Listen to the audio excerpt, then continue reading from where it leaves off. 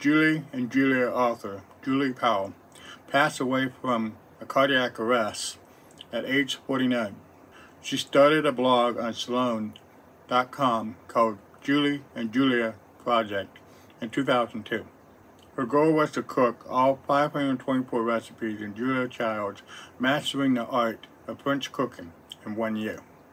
The blog became a book, Julie and Julia, 365 Days, 524 Recipes, One Tiny Apartment Kitchen, in 2005. The book became a movie, Julie and Julia, starring Meryl Streep and Amy Adams, in 2009. If you read the book or seen the movie, you would think her life was all sunshine and roses. Her death revealed a darker side of her life and for food writing.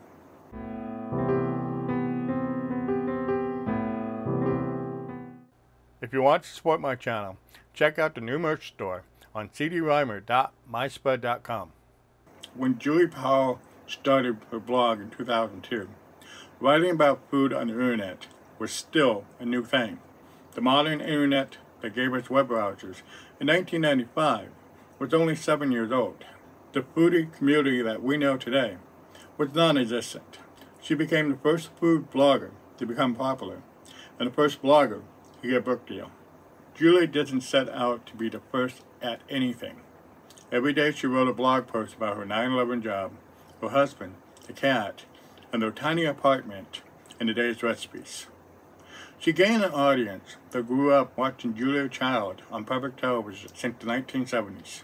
The blog led to a book deal, which in turn led to a movie deal. Nora Ephron wrote and directed Julie and Julia with Meryl Streep as Julia Child and Amy Adams as Julie Powell. The movie alternated between the two different characters. Julia Child with her husband at the U.S. Embassy in Paris in the 1950s. She wanted to learn something to occupy her time. She tried hat making, but making hats was boring. She tried a cooking class for housewives, but boiling eggs was boring. She tried a professional cooking class, and that became her career. She spent 8 years writing the cookbook before it got published in 1961. Julie Powell with her husband at the Queen's apartment in New York City after 9/11. She had a dead-end cubicle job at the government agency cleaning up the 9/11 site. She had friends who were more successful than she was. She wanted to be a writer but had nothing to show.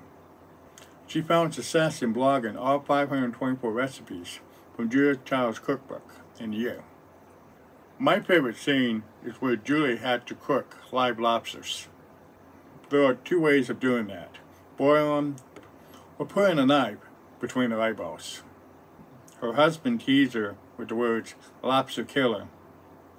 The song "Psycho Killer" by the Talking Heads playing in the background.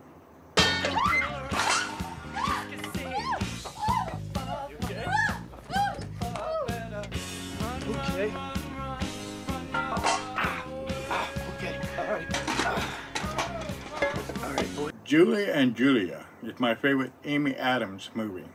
Julie Powell's second and last book was Cleveland, a story about marriage, meat, and obsession, in 2009. I haven't read this book.